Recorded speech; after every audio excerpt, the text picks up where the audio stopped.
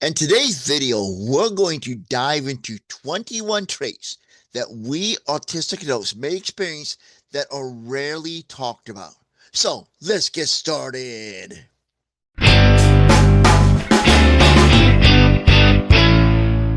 Hey, Define Yourselfers, I am the Confident Autistic, and on this channel, I create videos that will help you understand autism and build self-confidence for late diagnosed autistic adults.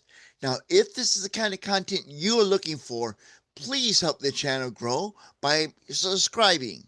And when you do not forget to ring that bell to be notified of new videos and when I go live every Thursday night at 7 p.m. Central Time, right here on this YouTube channel.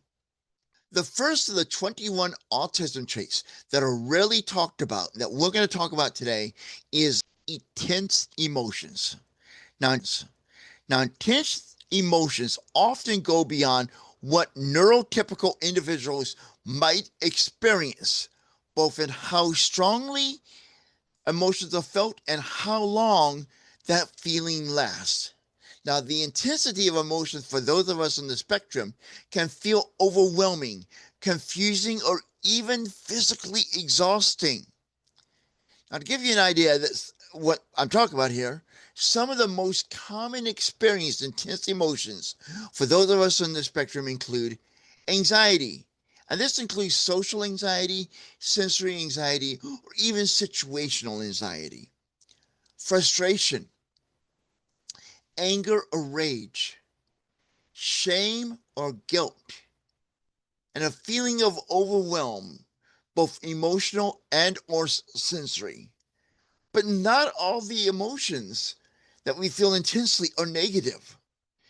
There are emotions that are not inherently negative, but are actually positive.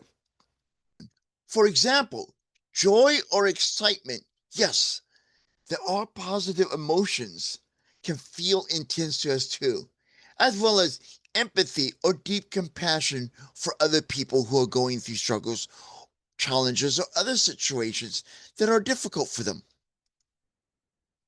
Insomnia. Insomnia in autistic adults is a pattern or persistent difficulty with sleep initiation, or being able to wind down for the day and fall asleep, maintenance, which means we continue to sleep or have a regular sleeping pattern routine, or quality, meaning we get good sound sleep during the night. And when this insomnia is occurring, it can lead to daytime impairment, which means we wake up in the morning even though we may have been in bed all night and we're still tired and exhausted.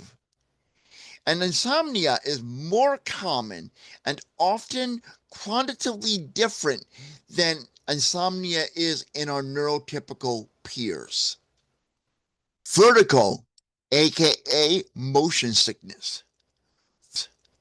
Vertigo and motion sickness in autistic adults are not uncommon.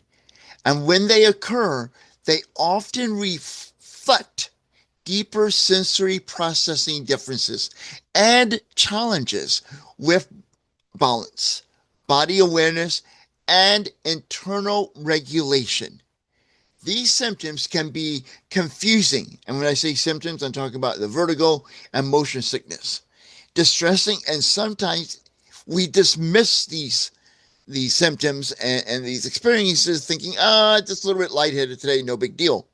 Yet, these are very real problems, the vertigo and motion sickness, and they deserve attention. And if you suspect you are experiencing vertigo and or experiencing motion sickness, it is best to talk to your primary care physician. Imaginary friends. Imaginary friends in autistic adults are often misunderstood, but our imaginary friends can serve meaningful, functional, and emotionally supportive roles for us, just as they do in children, though for slightly different reasons. While the term imaginary friend might conjure images of childhood play, for autistic adults, These internal companions, aka our imaginary friends, can be a form of emotional self-regulation, a social and communication tool, a creative outlet, a way to process complex emotions, identity, or trauma, a sense of superiority. A sense of superiority in autistic adults is a nuanced and often misunderstood phenomenon. It's sometimes observed or perceived by others, but it is important to unpack what is really going on beneath the surface.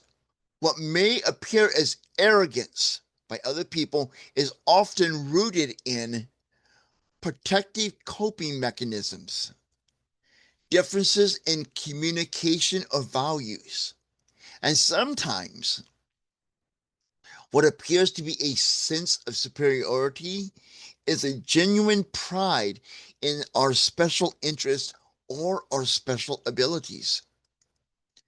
Collecting things but not using them. Collecting things and not using them is a common and often deeply meaningful behavior in many autistic adults. It may look confusing or even irrational to others, but collecting things and not using them serves important emotional, sensory, or cognitive purposes in our lives. Prolonged staring or eavesdropping. When we as autistic adults engage in prolonged staring and eavesdropping, we are often misunderstood by our autistic peers.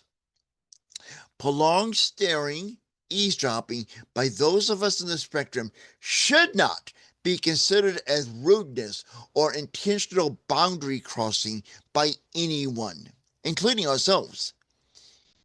Instead, prolonged staring and eavesdropping are deeply connected to our sensory processing differences, our social communication challenges, and or even our coping mechanisms. Poor abnormal posture. In autistic adults, poor or abnormal posture is a commonly observed trait, but one that is often misunderstood or misjudged.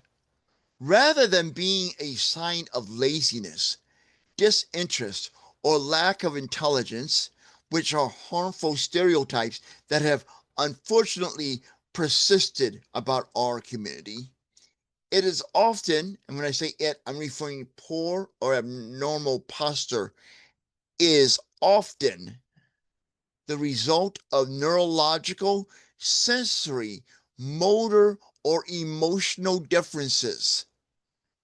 Difficulty with left, right, and other directions, rituals with no outcome. Autistic adults like you and me may experience difficulty with left-right directions and engage in rituals with no clear outcome due to how our brains process information, sensory input, and routines. Large or unique vocabulary. Autistic adults may have a large or unique vocabulary for several interconnected reasons tied to how our brains process language, interest, and communication. This is a common trait, having a large or unique vocabulary. And while it's sometimes misunderstood, it reflects a very real cognitive strength and difference that we have compared to our holistic peers. Increase compassion, empathy, and social justice. Autistic adults often experience intense compassion, empathy, and a strong drive for social justice. And this is rooted in our unique neurological wiring and lived experiences. Nail biting, skin picking, hair pulling, biting the inside of the mouth. Autistic adults may engage in behaviors like nail biting, skin picking, hair pulling, or biting the inside of our mouth for a variety of important reasons related to sensory processing, emotional regulation, and neurological differences. These behaviors, often grouped under terms like body focused repetitive behaviors or BFRBS, also known, or it can be referred to as stimming, serve meaningful functions and are usually not simply bad habits. Connection with animals. One of the beautiful yet often under-discussed autistic traits among adults who are on the spectrum is a profound connection with animals. This unique bond offers significant emotional, sensory, and social benefits, and is something many autistic adults deeply cherish. Difficulty understanding styles, trends, etc. For many autistic adults, difficulty understanding or following mainstream styles, trends, and fashion is tied to a blend of neurological processing, sensory needs, social cognition, and identity expression challenges that we face as autistics trying to live life in an holistic world. Walking on toes. Now, when I hear the expression walking on toes, I think of the Fred Flintstone episode where he learned, I guess, ballet so he can be better at bowling. But that's not walking on toes actually looks like. That's a literal translation, and I do take things literally, and I know many of us on the spectrum do. But the actual image of walking on toes looks more like this. Toe walking is a behavior sometimes observed in autistic adults. However, it is more common or more noticed in autistic children, but toe walking can persist or even reappear in adults who are on the spectrum. Toe walking is rooted in neurological, sensory, and motor differences. While toe walking is not exclusive to autism, it is more common in autistic individuals due to the way that our nervous system processes information. Dinosaur hands. Now, if you're not familiar with this term, allow me to explain what dinosaur hands means and kind of maybe the origin of where that term came from.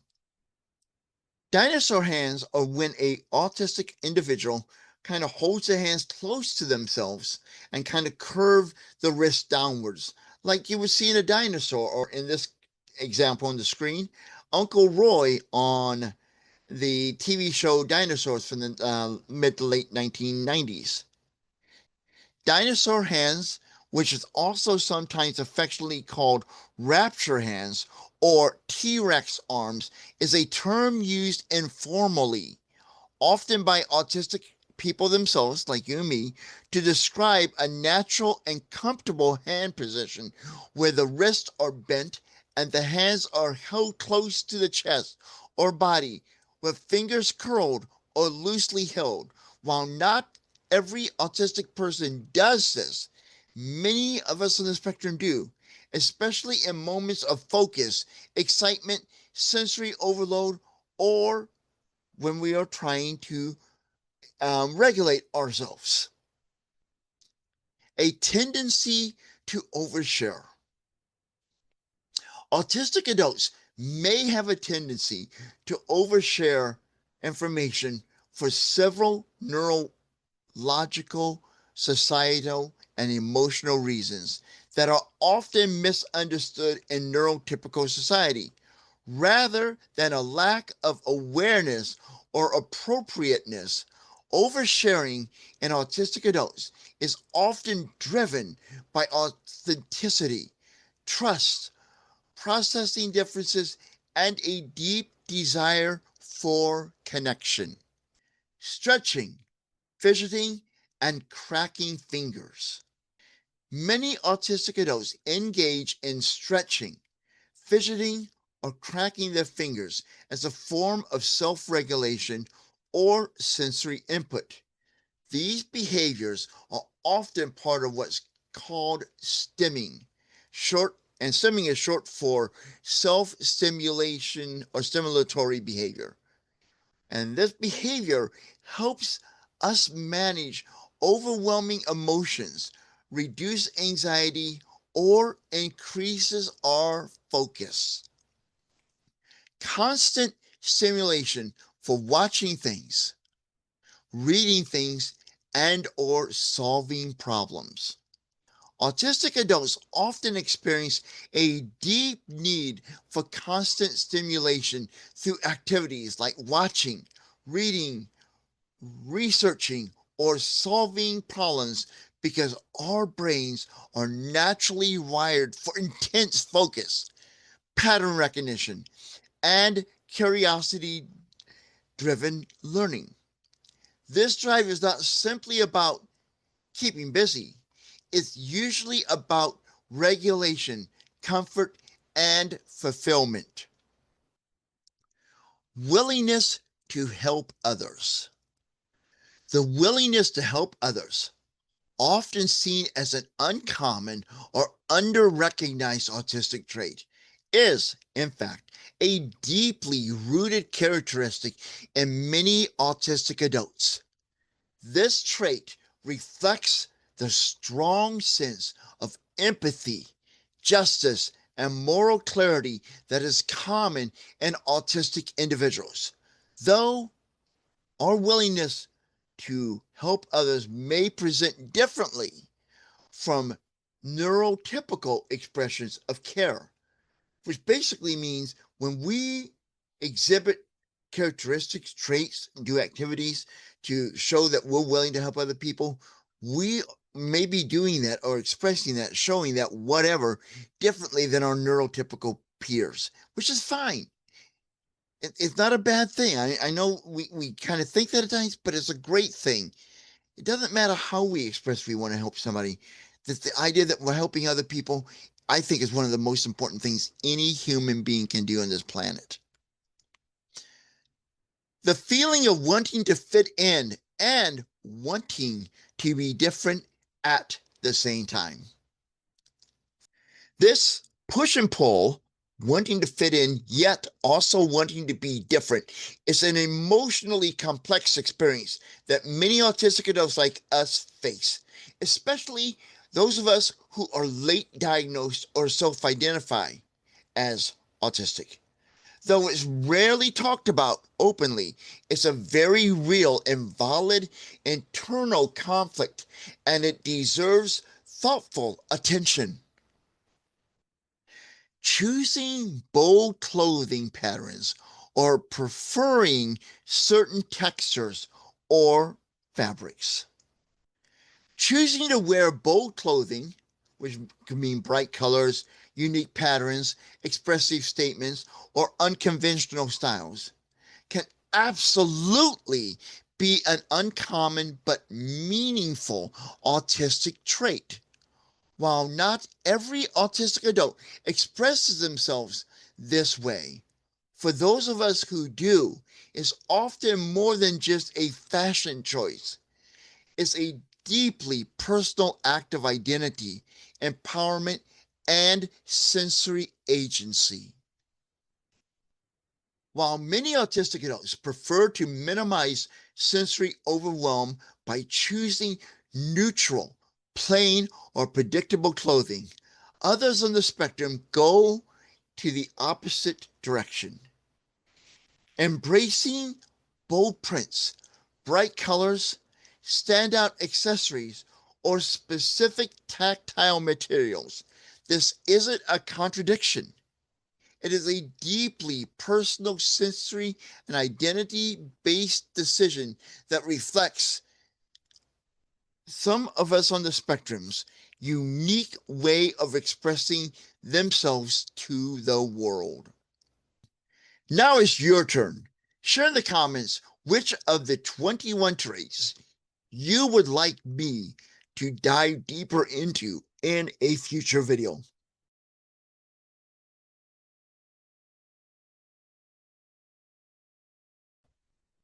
Also, please like this video to help others discover this content. Until next time, this is the Confident Autistic, reminding you that I'm always here to help you rise above challenges to live confidently autistic. And if you enjoyed this video, check out the videos that are now on your screen. Also, please like this video to help others discover this content. Until next time, this is the Confident Autistic, reminding you that I'm always here to help you rise above challenges to live confidently autistic. And if you enjoyed this video, check out the videos that are now on your screen.